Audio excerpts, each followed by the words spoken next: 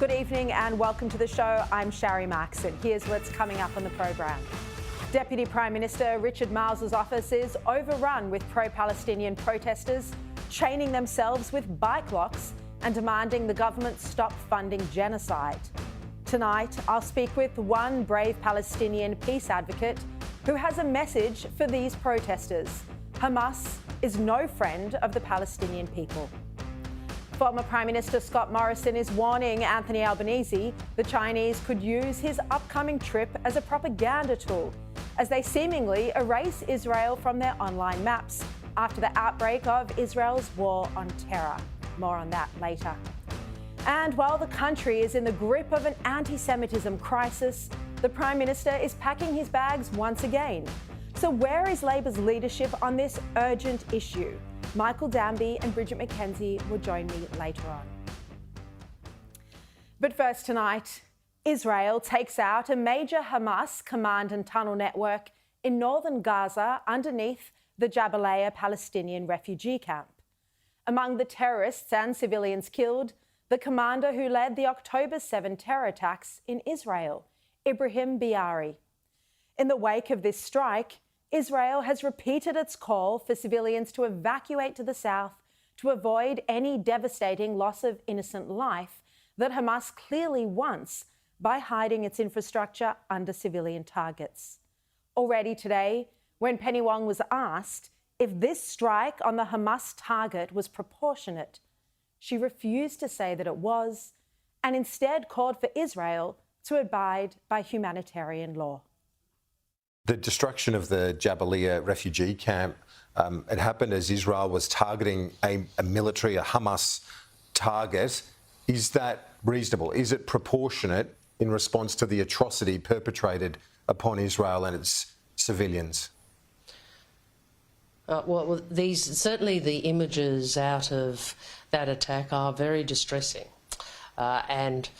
What I want to keep saying is Australia continues to assert the importance of international humanitarian law. As I said, even in conflict, we have rules that all of us, Israel, Australia, and countries throughout the international community have signed up to, and it is incumbent upon Israel to do all that it can to protect civilian life as it engages militarily. She just can't help but lecture Israel, and I'm going to come back to that point in a moment. Last night I spoke about how Albanese had been outdone on his leadership of Israel by the 6 most recent prime ministers and their clear-eyed statement supporting the Jewish community. The bipartisan position in support of Israel, from Kevin Rudd to Tony Abbott, exposed Albanese's lack of leadership in protecting the Australian Jewish community. Well, now another leader has shown him up. New South Wales Premier Chris Minns gave a speech at the Sydney Institute last night where he strongly denounced the explosion in anti-Semitism we're all so concerned about in the wake of these terror attacks. Like many of you, I was shocked to see on Sydney streets in recent weeks naked and unbridled racial hatred and anti-Semitism. Many people I've spoken to in recent times firmly believe that this kind of public display of hatred was a thing of the past and couldn't happen in our modern, diverse communities of today. The horror I felt as Premier, seeing those scenes on the forecourt of the Opera House several Mondays ago, was compounded by the fact that my job as Premier was to protect that space as an area where the Jewish community could come together on that night. So let me say loud and clear that there is no place for hate speech in our community or our country. And I can tell you that the New South Wales Police have already prosecuted those spewing violent language, and the government will take all steps to ensure that bad faith actors don't pull apart our community at the seams. Really strong comments. The New South Wales Premier is the only Labor politician around the country who's showing leadership by clearly condemning this terrifying rise in anti-Semitism. Where's Albanese on this? Where's Penny Wong? And by contrast, I feel that the Albanese government is adding to the problem of anti-Semitism. In shocking comments, Foreign Minister Penny Wong accused Israel of murder Israel. Have a listen. What I would say is this is a dreadful, tragic conflict. We are seeing loss of life. We are seeing civilians on both sides have been murdered. Civilians on both sides have been murdered. That interview with the ABC just on Monday. So she's saying there that both Hamas and Israel is guilty of murder. That's appalling and utterly inaccurate. And then there's the ABC's Global Affairs editor, John Lyons, who's been heavily criticised in the past for his anti-Israel coverage. Well, on Sunday, on television, he claimed that Israel was killing 1,000 children a week. What do we know of conditions now for civilians in Gaza? Look, David, absolutely desperate. It is a very miserable place, very little food or water. Hospitals are run out of bandages, anaesthetics, painkillers, and now, according to Save the Children and UNICEF, almost 1,000 children a week are being killed in this war. And so that in itself is making a lot, certainly in the Arab and Muslim world surrounding Israel, a lot of them is asking the question now, is the killing of 1,000 children a week self-defence?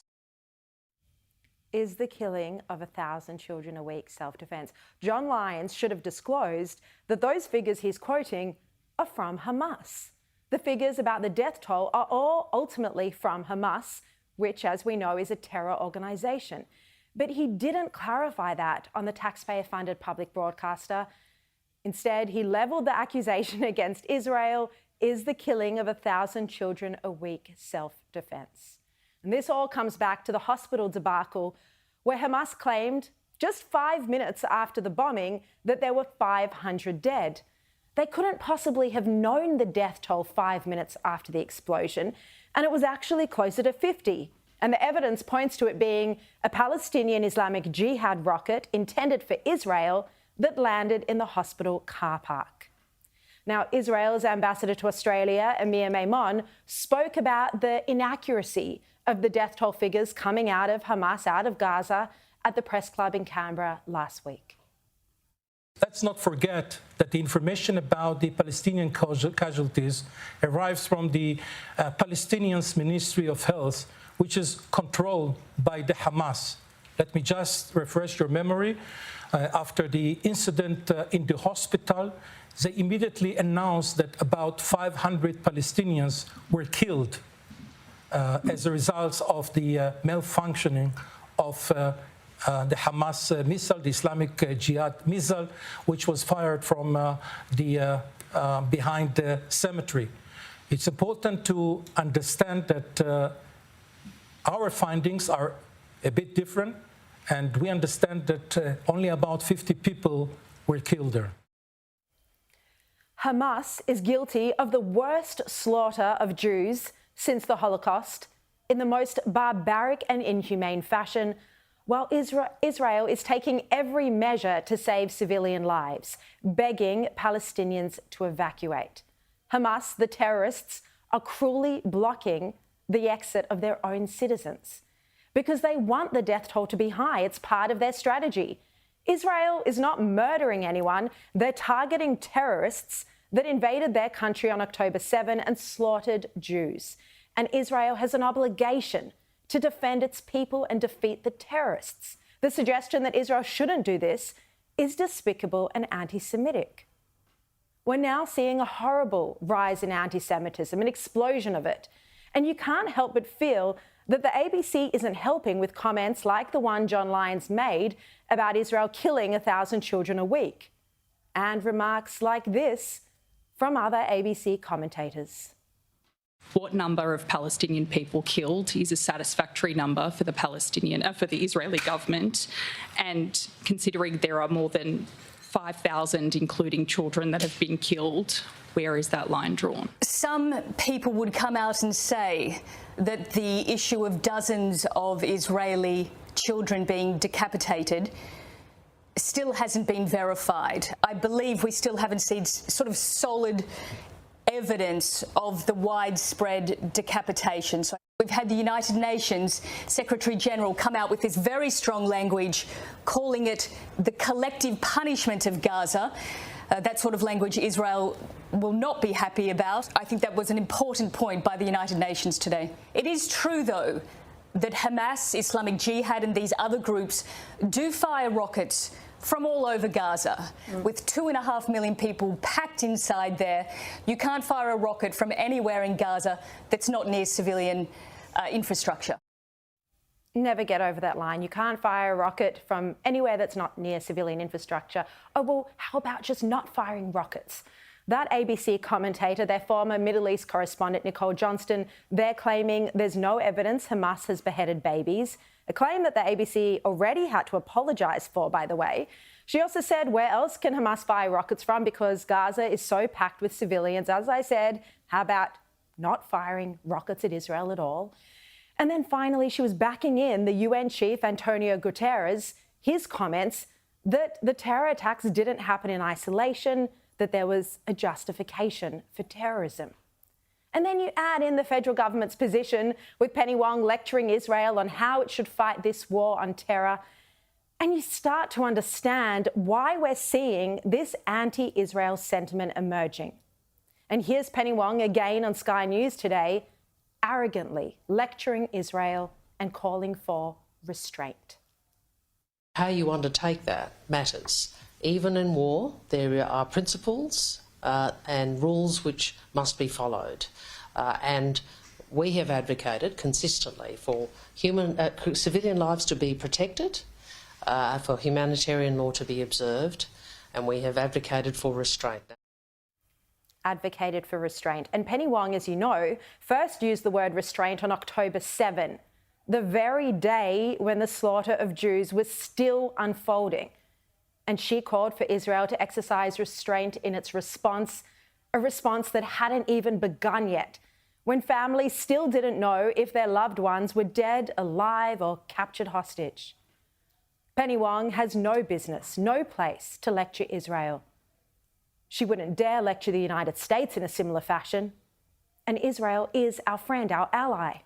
And you compare her remarks to our 6 most recent prime ministers who, as Paul Murray said last night, can't agree on anything, but do agree on their support for Israel and the Jewish community. And they do seem to be implicitly critiquing the Albanese government when in their statement they said this: on the battlefield in Israel and Gaza, we do not presume to give strategic advice to Israel. Now, Penny Wong and Anthony Albanese are both from Labor's left faction. We are seeing the socialist left of the Labor Party running the show in key positions of Prime Minister and Foreign Minister. And I'm going to speak with former federal Labor MP Michael Danby about this when he's on my show a bit later. But journalists follow what these politicians, these senior politicians, the Prime Minister and the Foreign Minister, what they say. Media outlets do too.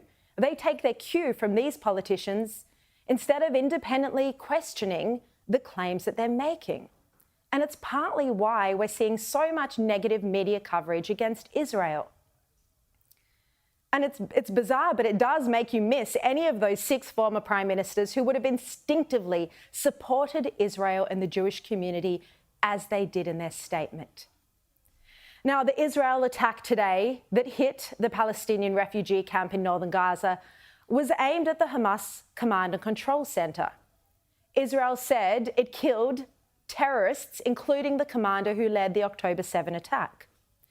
Hamas deliberately hides its infrastructure under civilian sites like schools, hospitals and mosques. Now, here's Egyptian journalist Ibrahim Issa asking why Hamas has spent so much money engaging in wars instead of protecting its civilians.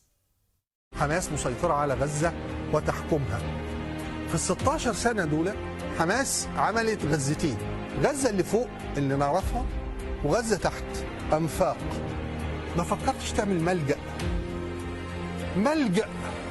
ملجأ واحد آلاف الكيلوات من أنفاق، وأدخل هذا التنظيم إنه يعمل للشعب الفلسطيني ملجأ واحد. 16 سنة دخلت الشعب الفلسطيني 7-8 حروب ما عملتلهمش ملجأ تنجي الأسر وتنجي الأطفال من موت محقق، يبقى مين اللي مجرم في حق الشعب الفلسطيني؟ And that's from an Egyptian journalist, Ibrahim Issa. Well, a Hamas leader, Abu Mazouk, was asked this very same question. And he said the tunnel network is there to protect Hamas. He says the terror group isn't responsible for defending Gazan citizens. He did an interview with Russia Today's Arabic channel on Friday, where he was specifically asked why Hamas has dug 500 kilometres of tunnels since 2007, but has never built shelters for civilians to hide in during bombings. Have a look. وهذا سؤال رائج وشائع، يعني من قام بتشييد 500 كيلومتر من الأنفاق لماذا لم يشيد مآوي يلجأ إليها المدنيون خلال القصف؟ نحن شيدنا الأنفاق لأنه لا نملك ما ندفع به عن أنفسنا من القتل والاستهداف. هذه الأنفاق من أجل أن نحمي أنفسنا من الطائرات، نحمي مقاتلين من الأنفاق. أما القطاع غزة فأنت تعلم والجميع يعلم بأنه 75% منه لاجئين، واللاجئين هو مسؤولية الأمم المتحدة في حمايتهم، مسؤولية الاحتلال في أن يقدم كل تبعا لاتفاقية جنيف الدولية أن يقدم لهم كل الخدمات وهم تحت. Who would have thought that Hamas, as the governing party, was responsible for Gazans? According to that Hamas leader, oh no, it's the responsibility of the United Nations. And that translation you saw there is by an independent research institute, Memory. And Abu Mazouk, who was speaking, he was speaking from the safety of Qatar, which provides him safe harbour. According to Israeli officials, Hamas spends most of its money on building tunnels and terrorism. The rest lines this guy and his friends' pockets. His net worth, $3 billion. Wonder why there's a humanitarian crisis in Gaza. The vast network of tunnels has been built with the billions in aid money given to Gaza intended for its civilians. That includes aid money from the United States and Australia. But instead, its civilians are deprived, and Hamas exploits the funds for terrorism, building the tunnel network where it operates from and firing tens of thousands of rockets at civilians in Israel. Israeli diplomat Mark Sofer spoke about this exploitation of aid money for terror when I interviewed him here on Monday night. Tunnels underground cost billions and billions of dollars for Hamas, money which was ploughed in from foreign sources and which, instead of going to hospitals, schools, medical centres, etc., has been used just to fuel a war machine, really, dedicated to death, destruction, slaughter and massacre. Instead of criticising Israel, Foreign Minister Penny Wong could think about using her influence to put pressure on Qatar, where she spoke with its leader just a month ago, putting pressure on them to release Israeli hostages, to stop providing safe harbour for terrorists, and to pressure Hamas to allow the Israeli-ordered evacuation of Palestinian civilians. Instead, all we seem to hear from the Labor government is criticism of Israel time and time again. And all the while, we're seeing anti-Semitism at unprecedented and horrifying levels this side of World War II. All right, Sky News host Steve Price joins me now. Steve, thanks so much for your time. 5 people have now been arrested after pro-Palestinian protesters stormed Deputy Prime Minister and Defence Minister Richard Marles' office in Geelong this afternoon. They chained themselves by the neck using bike locks. They demanded that Labor government, and I quote, stop funding genocide and ethnic cleansing in Israel. Let's have a look at that. I don't fully get the Palestinian situation at the moment, but I somewhat get it, you know what I mean? Like, we're subjected to similar stuff here in Australia. Stop providing arms and resources to Israel that are only going to be used to ethnically cleanse Palestinians. Steve, what's your reaction to that behaviour? Well, it's to be expected in Victoria in particular. It's the usual suspects, and you will note on one of those banners, Sharri, was the Indigenous flag symbol, so that they are getting their campaigns horribly mixed up here. I mean, Richard Marles wasn't even in the office. He's out of the country, as I understand it. They should have been arrested. But what horrified me today in regard to, as you pointed out so brilliantly over the last week or more, the rise of anti-Semitism in this country has manifested itself particularly in Victoria with large protest marches with banners. Now, these banners included one that portrayed Israeli Prime Minister Netanyahu morphing into Adolf Hitler. But the Victorian police were asked overnight why these people holding these banners are not forced to take them down and why they're not arrested for hate speech, which is what these banners are. And the Victorian police said, well, it's a peaceful protest, there's nothing we can do. Now, this completely staggered me, Sharri, because we're talking about the same police command that during COVID arrested people, including a woman in her pyjamas in her kitchen because she was an anti-vaxxer. They used rubber bullets on protesters at the Shrine of Remembrance and used police tape to shut down children's playgrounds, but they can't take banners off people that are calling for Jews to be gassed and killed and all of this appalling material that they're holding in these protest marches. That makes no sense to me whatsoever. It's disgraceful, and they need to muscle up. They need to protect the Jewish community. I mean, it's an urgent situation now. It is a crisis. Now to another topic, Steve. Despite voting yes in the Voice referendum, a former Labor Chief Minister of the ACT reports that the territory's Indigenous population are ironically among the most disadvantaged in Australia. And this is even though the territory has had its own voice for about 15 years now. What do you think about how the most progressive state in Australia, the only one that voted yes in the referendum, is treating its own population, Indigenous population? Well, it's dreadful. I mean, the ACT is led by the worst administration in the country, a green left combination of lunatics who have done so much damage to Canberra that it's not even funny. I mean, this is the administration now, of course, that allows you to wander around with 15 deals of ice in your pocket, have legalised basically the use of drugs. How can a community that is as wealthy as the ACT community, where, you know, the vast majority of people are either employed by the state territory government or by the federal government, how can they let disadvantaged Indigenous Australians who live within their borders be some of the most disadvantaged and locked up people in the country? The Indigenous community of the ACT should be the most well-off Indigenous Australians anywhere in the nation. We're not talking about a remote community 1,500 kilometres out in the middle of the desert. We're talking about people in a small area called Canberra, where everybody, you know, is buying up houses and lives off the government purse. That's absolutely appalling that that's allowed to happen. Yeah.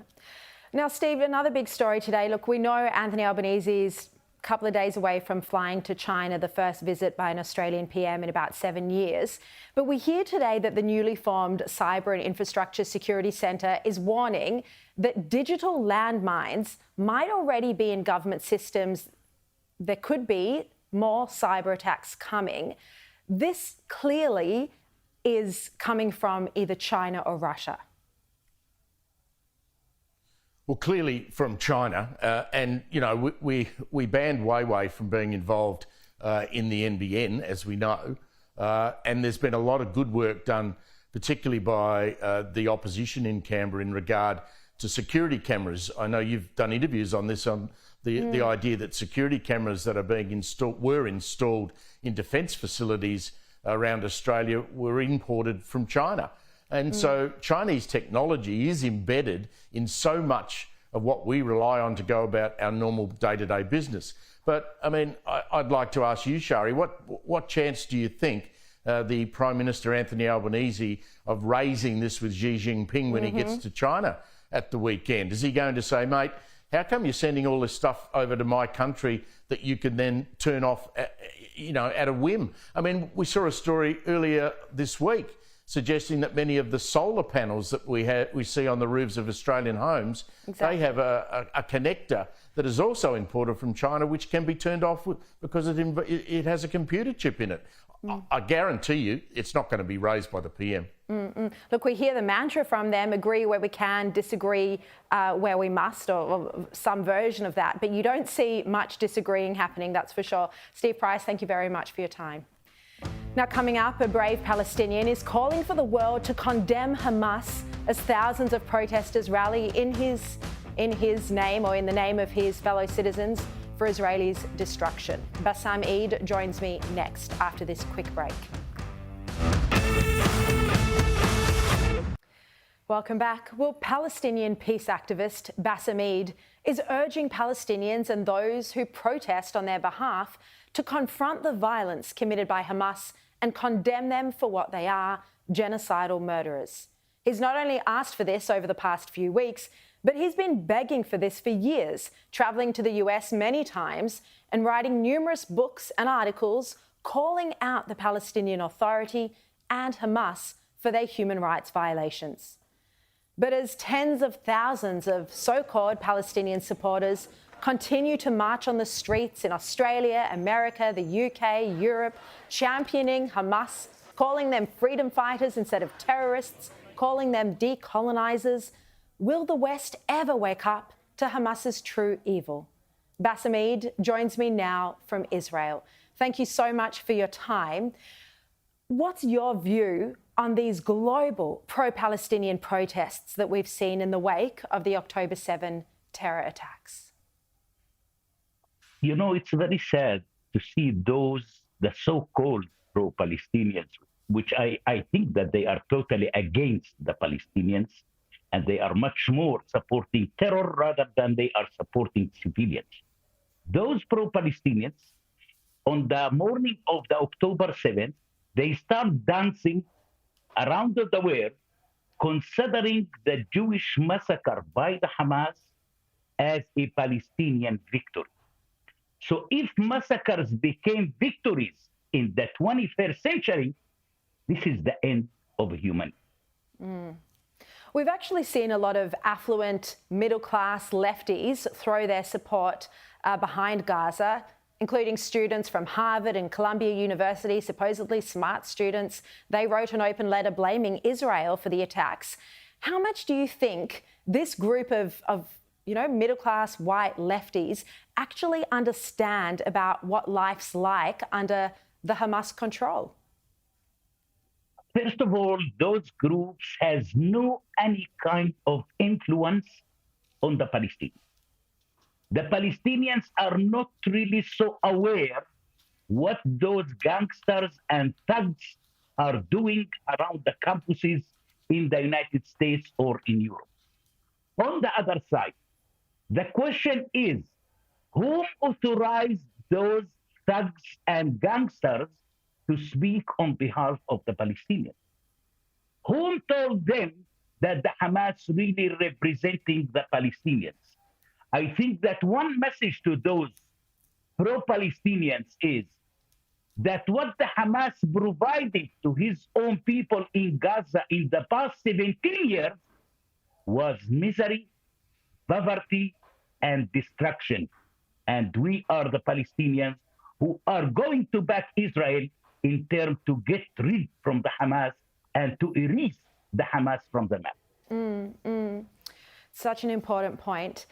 Bassam, do you think that demands for a ceasefire from Israel are similar to asking the Allies to stop attacking Nazi Germany in World War II? We've seen these comparisons made. What do you think about that? Do you think Hamas is as brutal, barbaric as the Nazis or as ISIS? First of all, I think that the ISIS sometimes more rational than the Hamas. More rational? On the other side, yes, more rational than Hamas.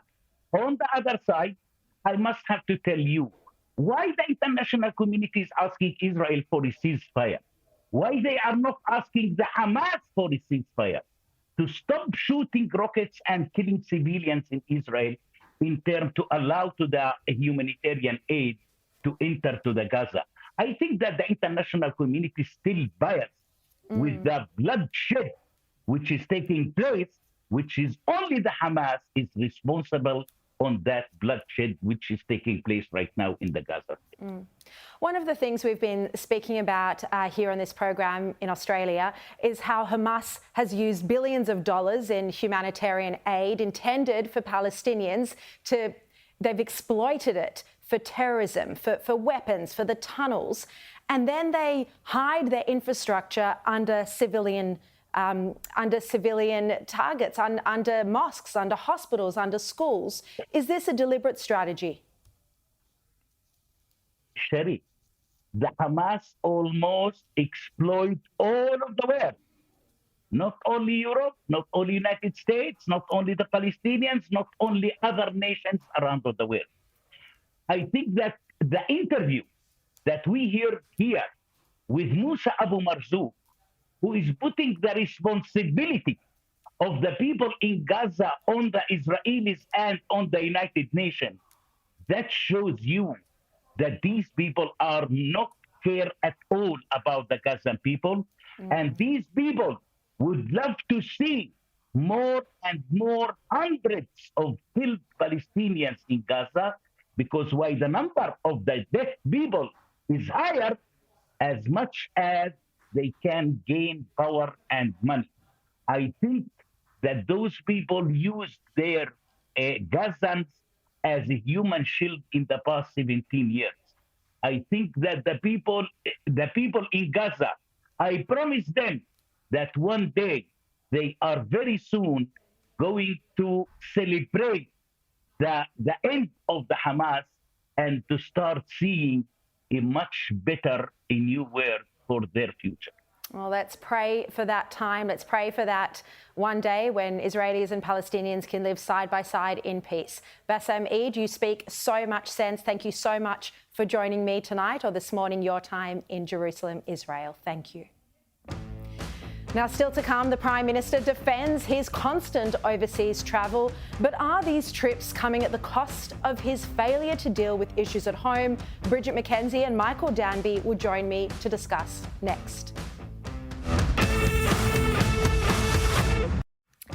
Welcome back. Here are the top stories you need to know tonight. Convicted terrorist Abdel Nasser Ben Brika won his High Court bid to restore his Australian citizenship after he was jailed for 15 years. The second rape trial of Bruce Lerman returned to court today in Toowoomba after his identity was finally revealed. The International Monetary Fund is urging the Reserve Bank to lift interest rates as the fight against inflation continues. The US is sending 300 extra troops to the Middle East as Israel strikes a Hamas target hidden in a refugee camp in Gaza. And former British Prime Minister Boris Johnson allegedly told aides older people should just accept their fate during the pandemic. This emerged during a COVID inquiry. Well, the Prime Minister, Anthony Albanese, wrote an article in The Australian today defending his many overseas trips. He argues that what happens in the world matters at home and that he's made it a priority for Australia to have a seat at the world table. But while he's away, who is leading the country? Who's stepping up to tackle rising inflation, the housing crisis, and address the anti-Semitism that we're seeing explode in our communities?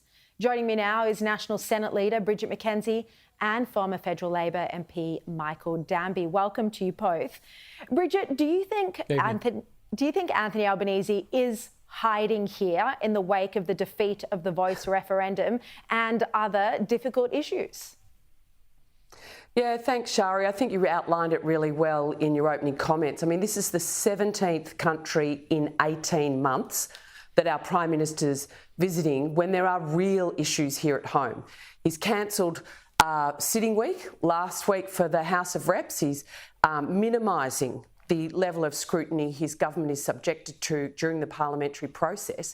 And it's almost Whitlam-esque, this guy's attraction to the trappings of power as he scoots around in his, VIP and flies his dog here and there, etc. And I think it really, when Australians are doing it tough, energy prices 18%, food 8%, your average mortgage families have to find another 22 grand a year in the wake of these issues. And this government just doesn't have a plan to actually deal with the very real problems that people are experiencing at home. And I know we're going to talk about this later on in this segment, but you mentioned the anti-Semitism. I mean, we have Australians here in this country feeling incredibly unsafe, and they don't have a Prime Minister who cares enough to actually be at home and make these public statements that need to be said so that state, particularly police forces, but state leaders also come out in support of our Jewish community. Exactly. I couldn't agree more. I don't want to take up time speaking, but this is a crisis of anti-Semitism. It's the worst since the wake of World War II, and the Prime Minister hasn't stood up and given a speech and shown leadership on it. Correct. Michael, the reason MIA. The reason I wanted you on tonight, Michael Danby, you're a long-time Labor politician in federal parliament, in the Labor Party. You were part of the Labor right faction.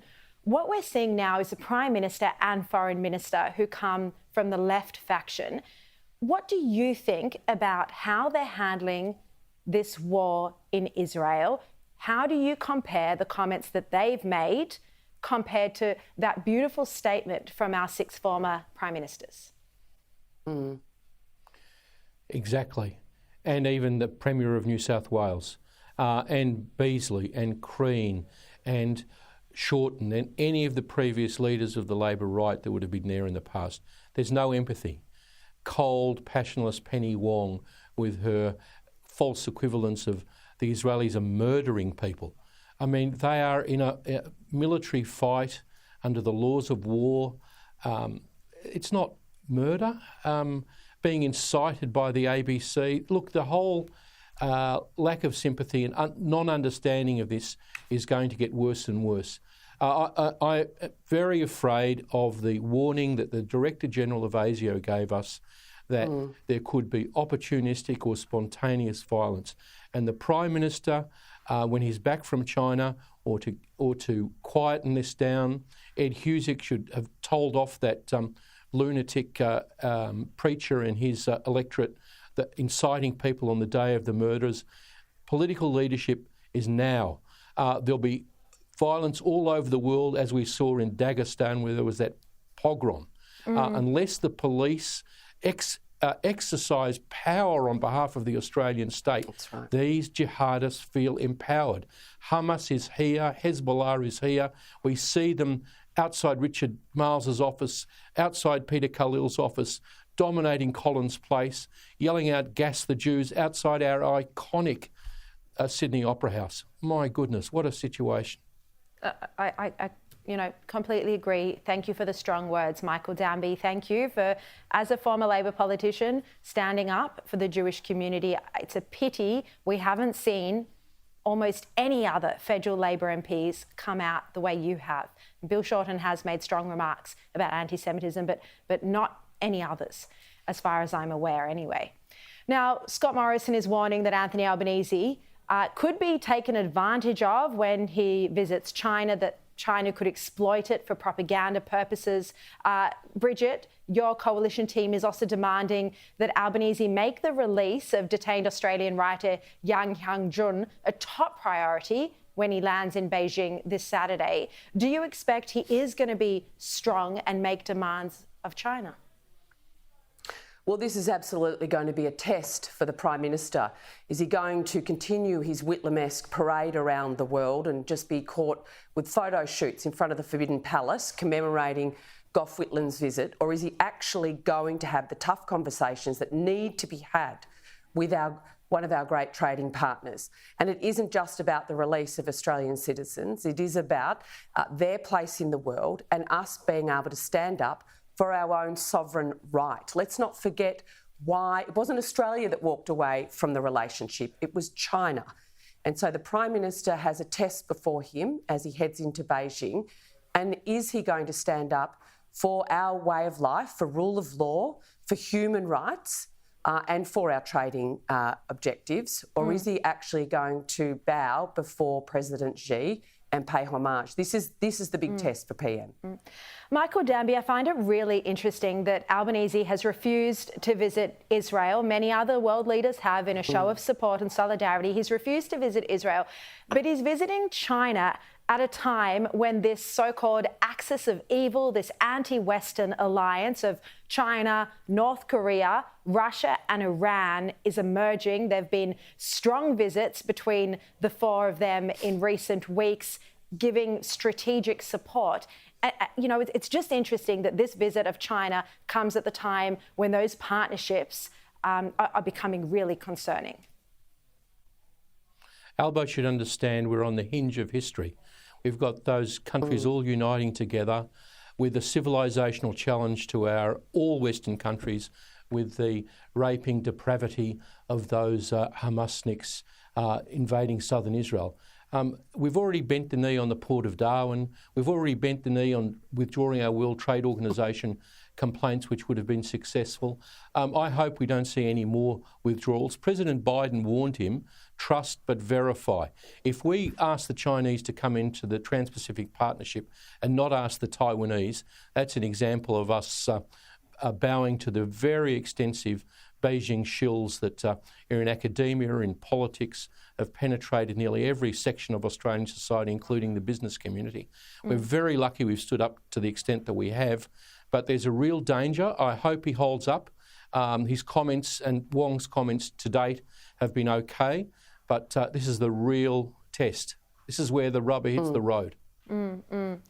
Now, on another topic, the International Monetary Fund is actually urging that interest rates should rise again because we are seeing inflation tick up again. House prices, meanwhile, continue to remain near record highs. We were kind of expecting them to fall more than they have. Bridget McKenzie, do you accept that the Reserve Bank Board may need to raise rates again to deal with inflation next week?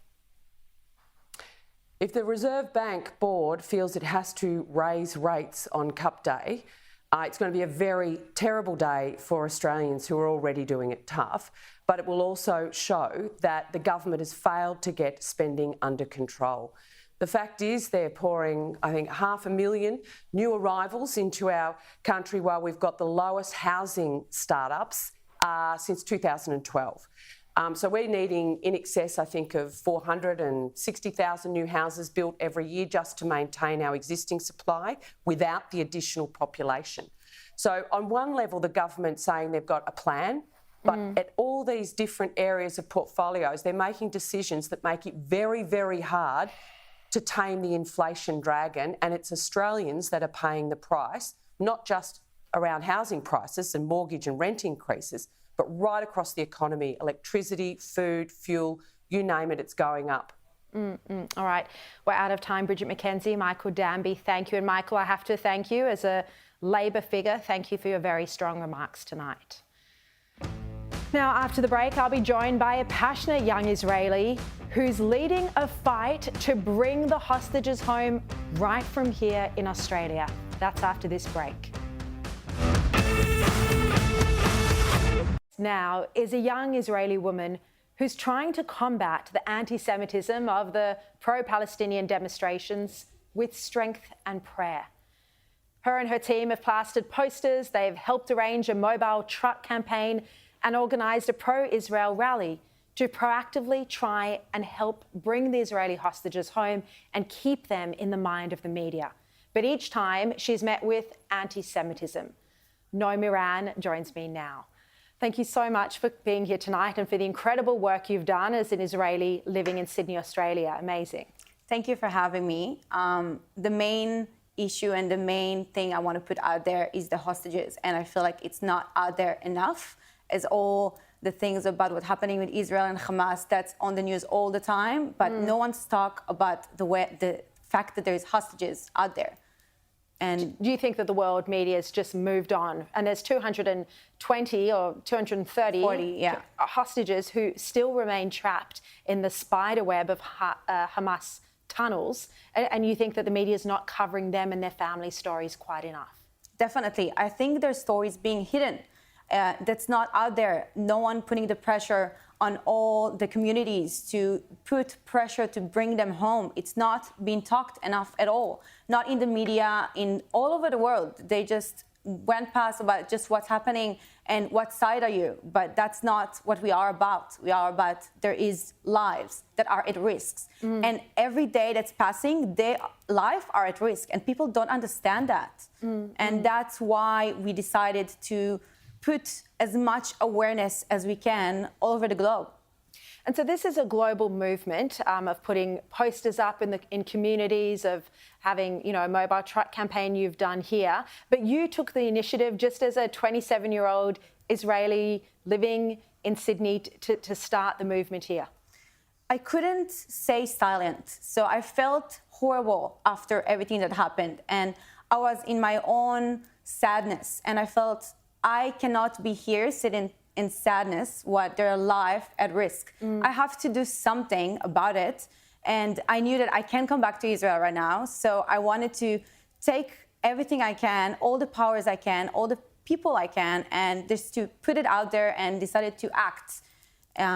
Because we didn't felt it out there enough. Even with all the Jewish communities around here, there is a lot, but they're not doing enough for the hostages. Everyone's doing, I think, whatever they can in their own way. I know people are donating a lot of money. The federal government's given $25 million to Gaza, hasn't given any money to Israel. It says Israel doesn't qualify for funds, but I know the Jewish community here has been very generous to try help the families of the hostages, the victims of terror. But Noi, you have faced quite a lot of anti-Semitism during this movement. Can you tell me about that? I felt it even personally. I never felt afraid to talk Hebrew going in the streets. And I can tell you that now I definitely am. I won't wear my necklace out going the street because I feel terrified, and it's never happened before. And I can tell you as well about the posters out there being ripped, saying gas the Jews on them, saying Kanye was right on them, being put on all the universities around here. And it is scary. It's scary, and it's not out there as much as well. I mean, who would rip down a poster of a family member, of a 9-month-old baby who's being held captive, separated from their mum? It's actually unbelievable. Can you tell us what we know about the living conditions? You know, we believe that many of the hostages are being held in those Hamas tunnels beneath Gaza. What else do we know about their conditions? Fortunately, I don't think we know much, but what we do know is about the ones that got released. We saw that they are not in good condition, no matter what the media would say. They are not in good conditions. You can see how terrified they were. And honestly, it's a ticking clock. Every day, every minute that's passing by, we don't know what's going to happen to them. We just don't. Are you in contact with the families of some of those hostages? We are a part of the organization, and there is a group that's in direct contact with the families all the time. And we are a part with few of the families that are even here in Australia. Families here in Australia? Yeah, relatives of people that's living here. There is quite a lot. Relatives here of people who are being held hostage? Wow. Unfortunately, yes. No, because we have seen that there are demands from some of the families to do a prison swap. Do you think that's a good idea? I think the IDF need to go and need to release them. That's the only way to get them out there safely. Do you think they do need to release the 10,000 Palestinians terrorists that they're holding? No. I don't think so. I don't think so. I don't think we need to negotiate our lives. All the people that's keeping in Israel, they have the best conditions, and we know that. But our hostages, we don't know the conditions. We don't know what about them. We have no communication with them. Yeah, no, it's absolutely terrifying. Noi Moran, thank you very much for all the incredible work you're doing. It's being noticed, it's getting media coverage, people are turning up at the event, so thank you so much. Thank you for having me. And I mentioned it last night, but all of the viewers have been so incredibly supportive no matter the religion, and I really appreciate that. Thank you so much for watching. I'll be back at 5 o'clock tomorrow, and here's Rita Panahi.